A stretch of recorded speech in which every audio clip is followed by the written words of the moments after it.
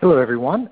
Thank you for your patience, and welcome to the webinar titled Migrating Clinical Data in Various Formats to a Clinical Data Management System, presented by Perficient's Director of Clinical Data Management and EDC, Tammy Dutkin, and Michelle Engler, who is a Senior Solutions Architect in Perficient's Life Sciences practice. My name is Eugene Sethanoff, and I'm the Marketing Manager for Perficient's Life Sciences practice. Before I turn it over to Tammy and Michelle, I'd like to cover some housekeeping items and then provide a brief overview of our Life Sciences practice. So all participants on this call will be in listen-only mode, which essentially means that everyone is on mute. You can still submit questions to Tammy and Michelle at any time today throughout the webinar by typing them in the chat feature, which is located on the left side of your screen. Please do make sure to state your questions clearly, and do keep in mind that other webinar participants will not see your questions or comments, but they will eventually see your questions if they are addressed at the end of the webinar. If you still have unanswered questions after the webinar or would like to request information about our services, feel free to use the contact information on the various slides throughout the presentation. You can also fill out the contact form on the Life Sciences section of Perficient's website.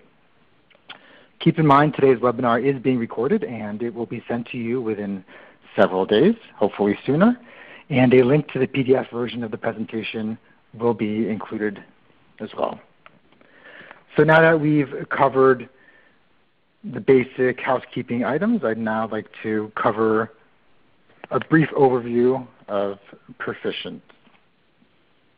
So Perficient is it's an IT consulting company that offers a whole host of IT solutions for a variety of industries, which includes life sciences, financial services, consumer products, retail, insurance, and several other industries.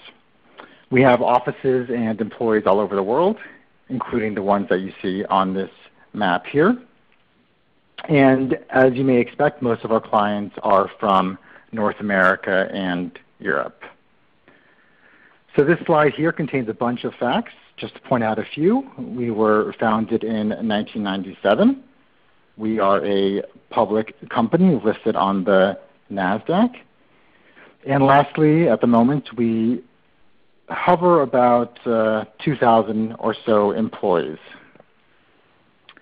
Now that I've covered a little bit about Perficient at a high level, I'll briefly talk to you about the life sciences practice. So our life sciences practice has 4 separate divisions, which include clinical trial management, clinical data management, and EDC, safety and pharmacovigilance, and clinical data warehousing analytics. We specialize in the implementation, cloud hosting, integration, and use of a variety of applications, many of which you see here. We offer a number of industry tools and accelerators that complement off-the-shelf systems, as well as provide custom application services to our clients. Our team also works with other groups at Perficient to provide our clients with services that aren't necessarily specific to clinical and safety applications, but instead are related to other areas of business within a life sciences company. So that's a little bit about our life sciences practice. And I'd now like to pass it over to Tammy and Michelle to introduce themselves. Hi, everybody. This is Tammy Dutkin. I am the Director of Clinical Data Management and EDC for Perficient. I've been with Perficient about 3 years. Prior to working at Perficient, I managed a small boutique full-service CRO, and the majority of my career was spent managing a biometric CRO based here in Illinois. Michelle, do you want to give a little background on yourself? Sure. Thanks, Tammy. Hi, I'm Michelle Engler, and I've been with Perficient Life Sciences, previously Biopharm, for 16 years. I've worked in all aspects of the company, including quality, validation services, development.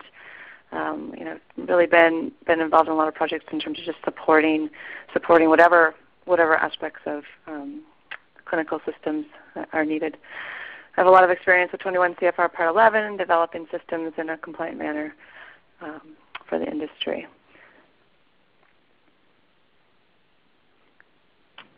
All right, so what we're going to be discussing today is a project that we recently completed that had to do with migrating data in various formats to an Oracle Clinical system for our client. We'll talk a little bit about the business case of why they wanted to do it, a little background about what specifically we were hired to do. We'll discuss the team members that were involved with the project. We'll discuss the overall process that we followed, as well as the quality control steps that we had built in. And then Michelle's going to cover the actual parsing of the data into a batch data load format, how we went about converting PDF word listings to the BDL format, and then we'll circle back and talk a little bit about some of the lessons that we learned and then take questions. So we were approached last year by one of our long-term clients that we host for, and they had 24 legacy studies that was in various formats from both their CROs and their partners. These legacy studies, some of them were several years old, and it was no longer possible to obtain SAS data sets for some of these studies. All they had in some cases were the clinical study report, including the protocol, and they didn't have things like the case report forms, they didn't have SAS listings, and they were really limited in the information that was available. The legacy studies that they had, they did have a few where they had the SAS data set files for, but as I said, many of them only had the Word or the Word converted to PDF listings. And in some cases, they had the full clinical study report that was in Word or in PDF. In a few cases, all they had were scans of the actual SAS listings, and the scans were actual picture files. They had comments in the margins and things crossed out. So those were very challenging, figuring out how we were going to get those into an electronic format. The client had Oracle Clinical, and their ultimate goal was to get all of this data stored into their production instance of Oracle Clinical for future cross-analyses and reporting. So we built together a team to work on this project. We had people with a variety of experiences and expertise. We had a group of people that knew Oracle Clinical and had built studies in Oracle Clinical before. And many of these people had more than 8 years of experience building studies, and all of them had had some experience doing data management as well. So they understood the actual data that they were looking at. And then we had a group of people that were a little bit more technical. These were people who had experience using the batch data loader for Oracle Clinical.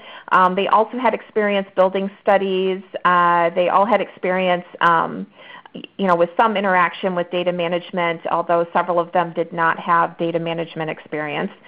But they knew how to load data and certainly were easily trainable in using the parsing tool. We had a couple of people whose experience were very technical. So they handled the parsing of the Word and the PDF listings into Excel, and Michelle will go into some information on how that was done. Many of these people overlap. So we had people that had the technical expertise that also could load studies, who could also build. So it was important to get people who could do multiple tasks, because as we worked through the workflow, we needed people at different points. We did have a couple of data managers.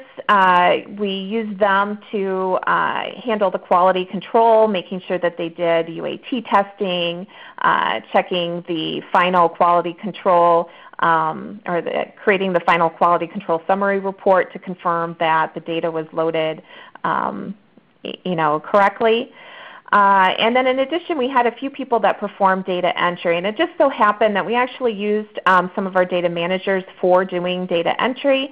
And this was critical because the entering from a listing is very difficult to begin with, and it really is important that people understand the data that they're pulling so that they enter it correctly. And then myself and Michelle acted as project manager, making sure that we were managing the timelines and the quality and really keeping the process moving, and then also reviewing all the documents prior to them being sent to the client. Now, one of the first important things that we needed to do was kind of develop an overall process. When we first started it, we weren't sure exactly what the process was going to be, so it took a couple of studies before we really got a solid process in place. And this process was really dependent on the type of file that was available. So for example, if we had the SAS data sets, then it was pretty easy to export those into Microsoft Excel, use the parsing tool, and load those files directly into Oracle Clinical without a lot of manipulation of those files. For studies where PDF or Word listings were available, the data first had to be parsed into an Excel format, and then we followed the same process of building, mapping, pre-processing, and then loading them into the Oracle Clinical database.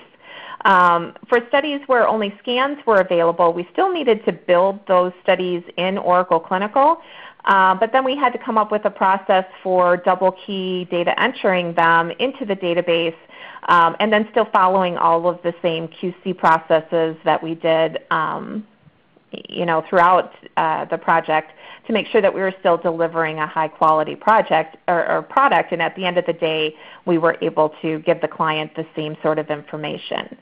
Another thing that was important is as we were developing the process is we noticed where we were having hiccups. So we made sure that at each of those points where we were noticing some problems, we made sure to build in some quality control steps at each of those milestones to ensure that we didn't get to the very end and discover that there was an issue or something wasn't being loaded correctly. We wanted to make sure that by the time we got to the end, we were pretty confident that we were going to be able to pass that final audit and be able to send the documents to the client as quickly as possible.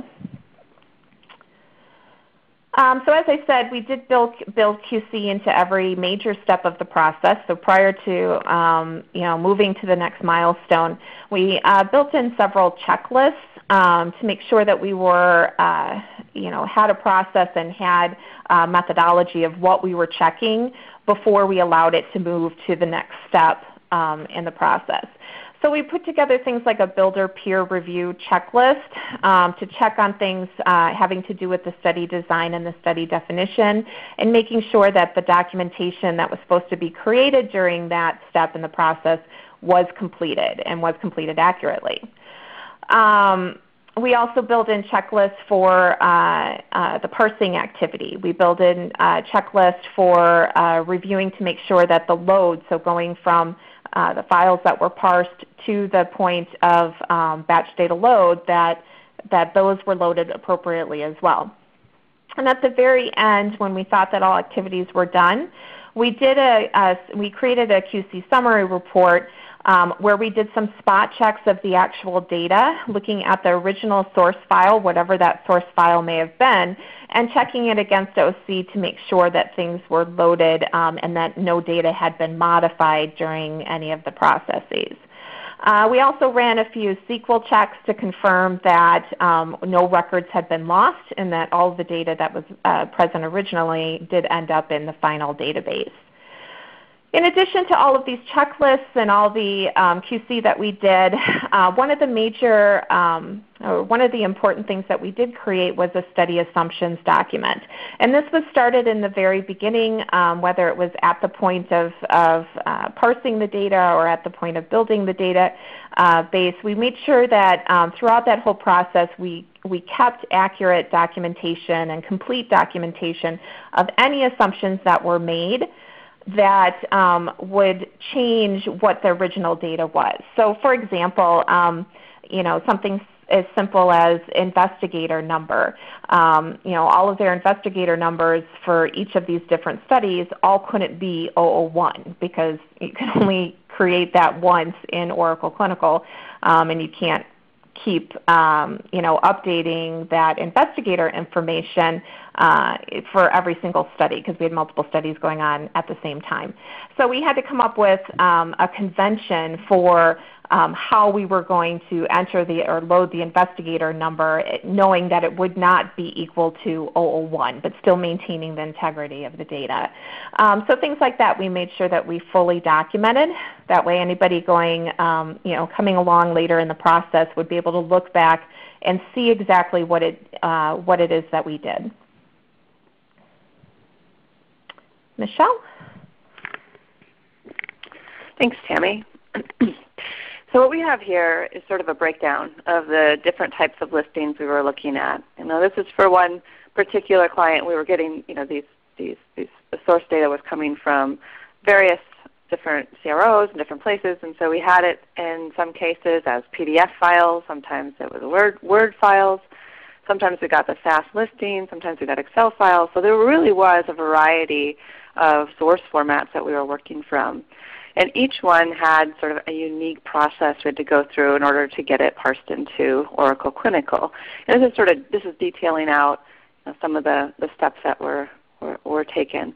But to start, let's take a look at the Word and the PDF format, because this was one of the ones that was very complicated in terms of understanding how are we going to get this data into a format we can actually parse. So on this slide, it's showing that the first step was, okay, we have the data in PDF format.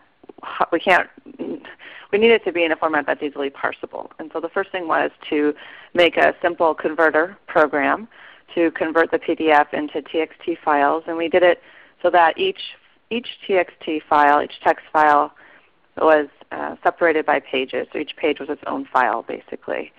And then we had a similar process for the Word doc. So we really wanted the source to be in a text file format because that's something that's more easily read with programmatically. So that was the first step. And then after that, we had to take a look at what is it we're trying to parse. So this is an example of one of the listings that we were working with. And if you notice, it's just a text listing. There's headings across the top. I don't know if I can do a pointer here. Let's see if I can highlight. I think I can. Yeah.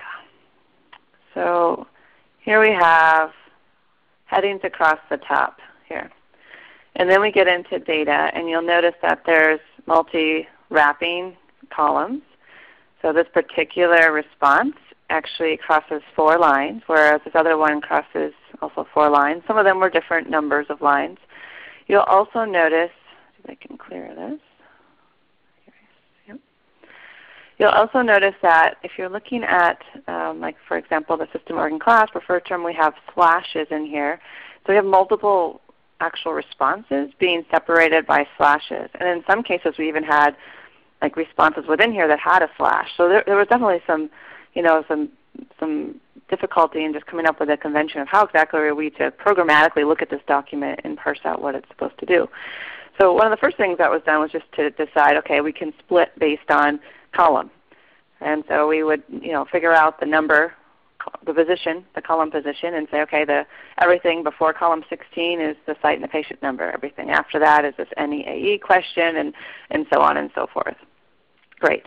So that was somewhat straightforward, but in some cases we'd have it where the cutoff would work on one page, but on another page something would be shifted over. So there were some things to work out with that as well. And then, what do we signify? How do we signify to the program that we're actually going to start parsing data?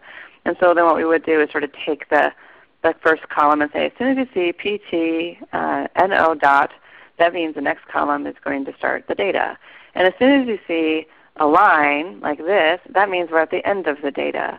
And then here's how you can, and then if you have a response that you see on one line, and then you know that a new line started and that response isn't there, then we can assume it's repeating. So as you can see, there's a lot of assumptions that have to be made when you're trying to parse this sort of a thing out.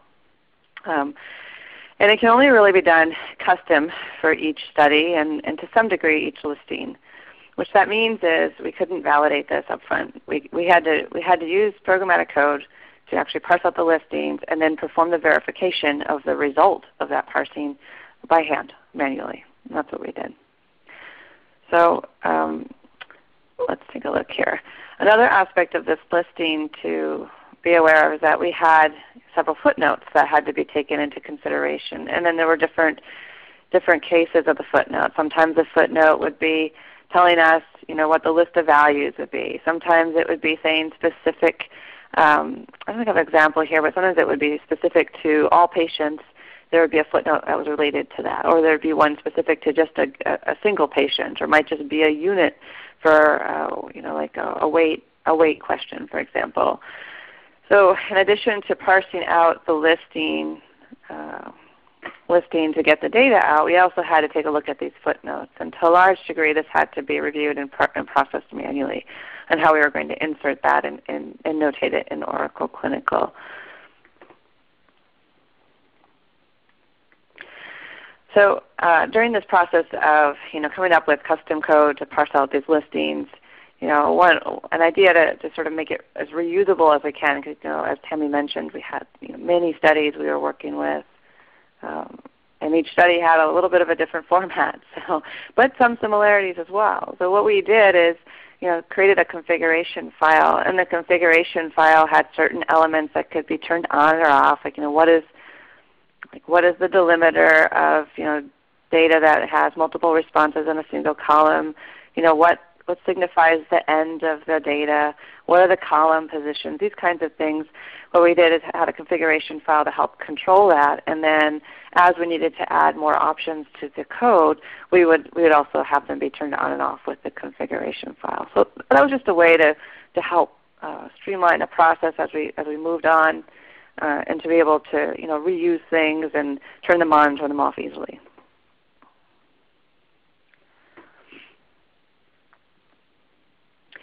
So now, after you get this program and this configuration file together, we have this this custom converter that we created. It actually creates this Excel file, and then the Excel file can go through the basic process that we would go through had we been given an Excel file to begin with, or given a SAS listing that we could just easily convert to Excel. Really, what the generic data parser wants is an Excel file. But again, before we get to this phase, it can't be emphasized enough that since we couldn't validate this tool for converting just based on the custom I guess features or options that would come up with each of the listings, we had a QA step in there where a person would do 100% verification that the data did get converted to Excel correctly. There were no cut-off columns, and everything was exactly as expected. So we did have a full verification QA step that we signed off on before we would go into actual parsing, and that was just sort of the catch-all to account for the fact that we couldn't validate the conversion process. Okay. So now we get into this generic data parser. The generic data parser is actually a validated system, and that's because it comes from a more streamlined set of requirements where we can say, okay, the data is coming in an Excel file. We have a certain mapping of different columns to header data for a received DCI or clinical. And we also can map out, what data items go, where they're taken from which columns and things like that. And so the generic data parser is like a no bells and whistles sort of parser, where you feed in these sort of metadata files, list of values and mapping, and then the data file, and it spits out a BDL file that can be loaded into Oracle Clinical. So that's the basic process. So this is showing a mapping. I'm actually going to show this to you live. I think it's probably a little more interesting. So bear with me for a moment while I share my screen. Okay. So what we see now, hopefully, Tammy and Eugene, please jump on and tell me if you don't see my command window. So let's just continue here. We see it. You see it? You see Excel file as well? Awesome. Okay. So what we're looking at here is an example of a mapping file for the generic data parser. And these are probably familiar to you, fields of study, patient, site investigators, all header information you would see in Oracle Clinical. And really all this is doing is indicating that a certain field should be loaded from my data source and what column I can find that information in. Or in some cases, it's saying load it, and I want you to default the value to a certain value. Like we want the event to always be adverse events in this particular case. It also handles the converting of columns that are in like a date format. The source listings had all sorts of different date formats, and as you know, the batch data load wants it to be in one format, which is year, month, day, no dashes, exactly how it wants it to be. And so what we had to do is communicate to the parser which format is it coming in on, and then the parser would automatically know to put it in a BDL format. So anyway, this first tab is the global information. The second tab is probably a little more interesting. This is where we talk about data points. So here are the data points. Here's the DCI for each data point. Like for example, this is the initials question, and so patient initials is in the DCIE, DCM AE, subset AE. Occurrence number is communicated, and then the column number in the Excel file is communicated. You can also have it set where it loads some data points on like repeat 1, and some others it auto increments the repeat sequence number kind of thing. So there's some control into that as well. But then you get down to some other fields, and you'll notice like in the column format you see this sort of reference. And this reference is actually to the list of values file saying, okay, we're going to get this particular AE severe question from column 24. This is a list. I want you to go and convert any of the values that are in the list for the source item to the target item. So let me just show you the list here. So this is actually an example of the DVG values file. So we could go down to the AE. Let me see what we had here. AE stuff. List of values here. Maybe I can do a filter. There we go. All right, so you can see it wants it to convert anything that's 1 to mild, 2 to moderate, 3 to severe. And so the parser takes in this list of values and automatically spits out the appropriate value for insertion into Oracle Clinical, so it's fully controlled as well. All right, and then here's an example of the data. This is just a sample file. And this is actually what that mapping file is trying to talk about. We had a protocol, site, subject. Here's the initials column. It's in column 1, 2, 3, 4. We have a rec number. All these data points are then communicated in terms of what they would map to in our actual Excel mapping file. And then, here's the generic data parser. And like I said, this is no bells and whistles, folks. It's just a simple command line utility where you can, enter your file that you're converting. So in this case, it's the AE file. Here's my map. And then here's my DVG values. And now it's going to go ahead and start parsing that data out. It has some intelligence in here in that it does check some of the fields against Oracle Clinical, like, for example, visits. If the visit that we're specifying doesn't exist in Oracle Clinical, it'll spit out an error. So some basic checking is in there, but it's pretty streamlined. And so here's the file it's actually spitting out. We can open it up, and you can see. Okay, so those of you that are familiar with BDL, and I'm sure many of you are, this may look familiar. This is a standard format. And of course, it's one question per line, and it's the out-of-study load format. And it just goes ahead and dumps out all the values that you need. And this file Michelle, can be. Michelle, we don't see what you're. Thank you. I appreciate that. It's grayed out. Now do you see? There you go. I see it? All right, let's start over. Sorry about that. So this is actually the file that's being spit out, and it's you can see, here's the patient number, and then, or here's actually the site, and then there's the patient number and the event, and it goes in. It's this format where you have one response per line. It's listing up the question. It's also handling the repeat sequence number and all that stuff. So this is that out-of-study load file that then would be parse through the batch data loader into Oracle Clinical. So that's the basic process of the generic data parser. Go back to, how do I unshare? That's the question. Let me go here. All right. So Eugene, do you see the presentation again now? Yes, I do. Thank you. Thank you. Okay. All right. And so, as I showed, you have your list, your map, and your data. It goes through the parser, gives you the batch data load file, it goes into Oracle Clinical. Boom. There we are. So that's the basic process from a technical perspective of what we had to do in order to get these listings of data to be loadable into the system. And from here, I'll pass it on to Tammy to talk about the lessons learned for the project. Are you there, Tammy? I am. Thank you. All right, great, thanks. Right. So during this was a year-long project that we conducted. We learned a lot of lessons along the way, and so certainly I'd like to share them with you. So if you do the same process, you don't have to relearn everything. In the beginning, there was some confusion about whether we should format the studies to a standard format or load them as is. The decision was made in the beginning that we were going to load the data as is. There were no data standards that were used for these legacy studies, and it would have really added to the cost and the timelines to try to get it all into, say, a CDISC format, for example. Although it would have taken much longer, we certainly, towards the end of the study, we certainly see what the benefit would have been to convert it into some sort of company or CDISC standards. But again, keep in mind that it's really going to impact your timelines and the cost of doing so.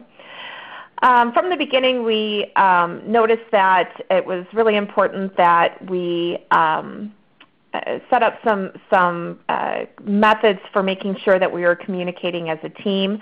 We had multiple people working on multiple different studies, and we were having some problems with just general communication and consistency across the various projects. So we set up a weekly status meeting to make sure everybody on the team got together at least once a week to talk about some of the lessons that they were learning, some of the problems they were encountering, and then really making sure that we put templates and checklists and process flow charts, et cetera, in place so that everybody had a common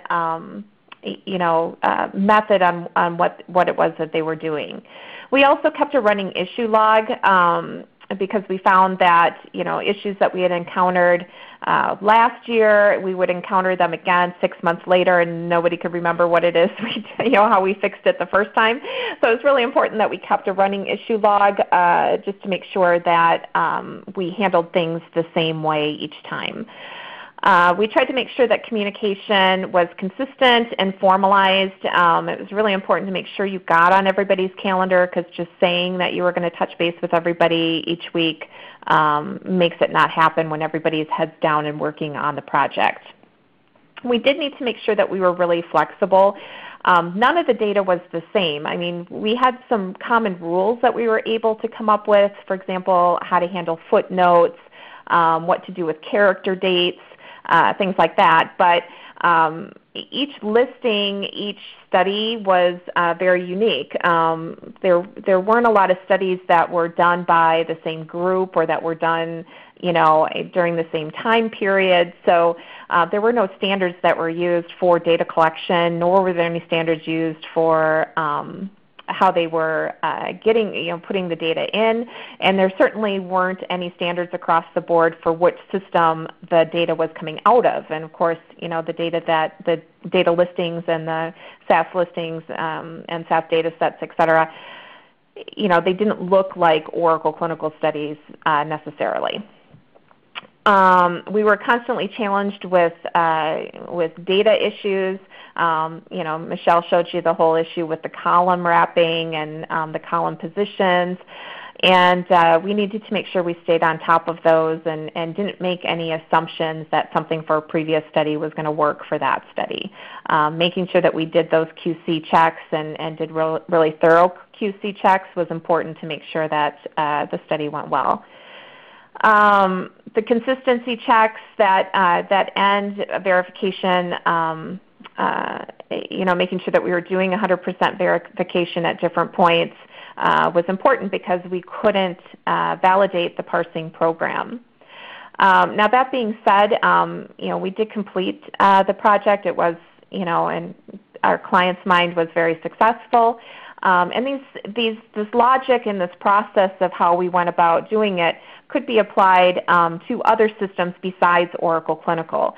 So if you're looking for a way to get legacy data into another system, we believe the methods that we used were very solid. Michelle, do you have any other comments on the lessons learned? Not at this time. Eugene, we'd like to open it up for questions. Yep, absolutely. Thank you, Tammy. So please do ask your questions via the chat feature, which is located on the left-hand side of the screen. We'll give another minute or two for you to submit them, and we'll go ahead and ask them.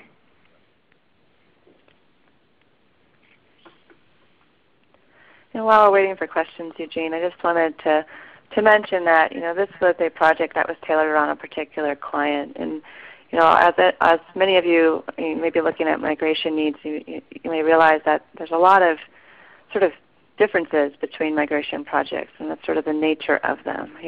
No one migration project can compare to another. And I think that when you're looking at all these slides in our process, we're looking at how do we meet the needs of this client and get the data that was coming from their format into their Oracle Clinical. But this applies sort of across the board. You have a problem, you have data, you want to get it from one place to the other.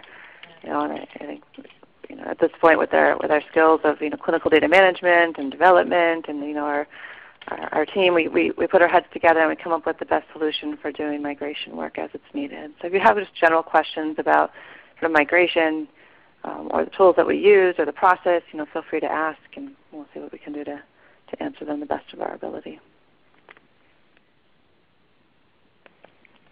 Perfect.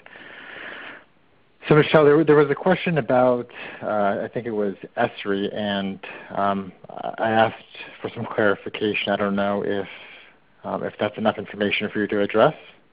What's in the chat? Yeah, taking a look at this ESRI, so I'm not familiar with that particular software, but I will say, VDL format it's basically ASCII text file format, and it's just a standard delimited format. You also have the capabilities of specifying more of a custom VDL format. Say I want to have this column here, and I want to have this delimiter or whatever.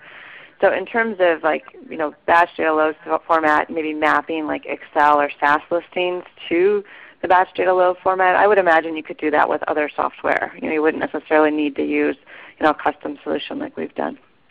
But in terms of the actual parsing out of listings that are like in text file, that part is, that's highly custom. That's the part that we did look for solutions that could help us with that, but really found that the best approach was to sort of look at each one, on its own and see if we can come up with a way programmatically to get this into a format we can parse.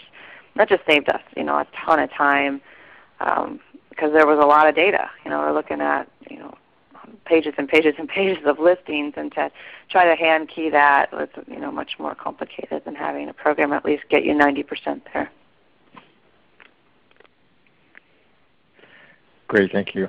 So the next question that we have is there any checklist that you used during your QC process, and can you share or let us know several examples?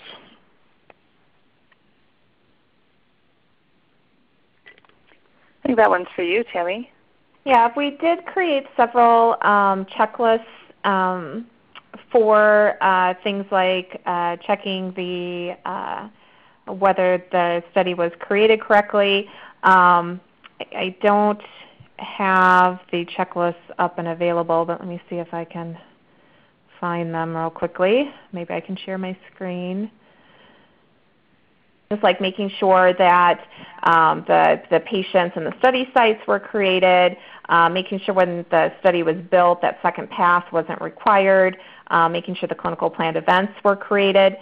So we really just created some, really just a list of things that we wanted to make sure the builder looked at, or somebody checking the build looked at. In addition to that, they checked to make sure, that things like the annotations were done and that the assumptions document was completed, the map documents were done. So this is just an example of one of the checklists that we created. And we had checklists like this at the end of each of the major processes. So we had one for builder, for the build review. We had one for the parsing review. We had another one for the load review.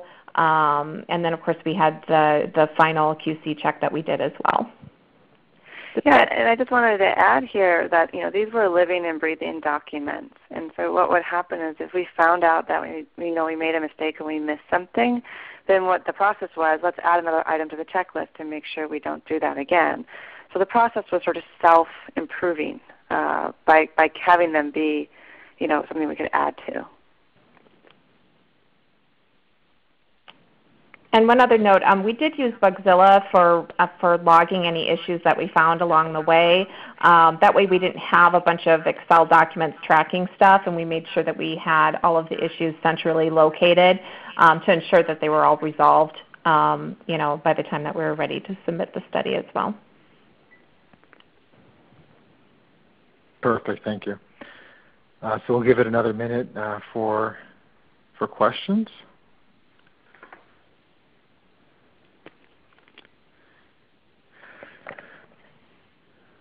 So in the meantime, I just want to thank everybody. Hold on, looks like we got another question. Yeah, I see the question there about did we make it an SOP. No, this was specific for one client.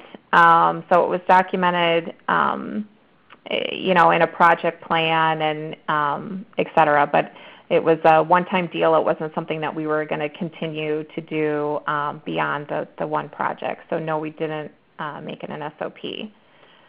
And then another question about the example you showed primarily captures the clean data. Did you come across if strikeouts and notes data can be formatted and harmonized? I'm thinking, so we did have the problem where we had the listings that were scans, and in that example, we had data that was crossed out and changed, et cetera, on the listing. So we met with the client and we came up with a convention of how we were going to handle notations in the margins and data that was modified to make sure that it was documented not only in the assumptions document, but we also documented in NOC. For that data, we actually did double key data entry, and we created an extra column to capture those, those notes that were in the margin, et cetera, to make sure that we weren't losing any information. We would enter the data as is, and then any modified data, we would put that in a comment field as well so that it was noted, but that we weren't changing what the original data was. Perfect. There's another question. Were the studies already in OC following certain standard? And no, these all, in many cases, we didn't even know where the data had been entered originally. So, there weren't in any standardized format, and they didn't necessarily come from Oracle Clinical to begin with.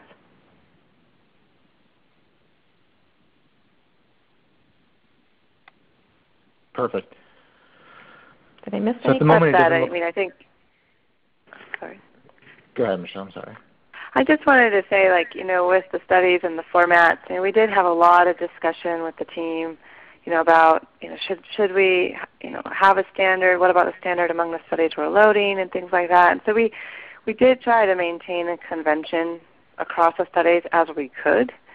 But, as mentioned, they were coming from all different sources, and the cost of trying to really reformat and reorganize the way the data came in to where we wanted it to be would have been much more costly.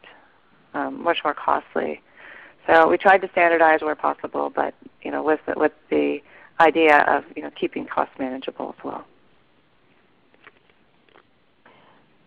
And one other thing to kind of mention is that it was really important the different ways that the various team members were looking at the database too. I mean, we really had to get together and do some brainstorming, and the way that a technical person may be looking at a listing is different than somebody from a data management perspective who actually understands what that data means. So and then we certainly had to dial in the client as well, because some of the assumptions that we were making and conventions that we were making in order to get the data into OC, it was important that they were on board before we went down that path.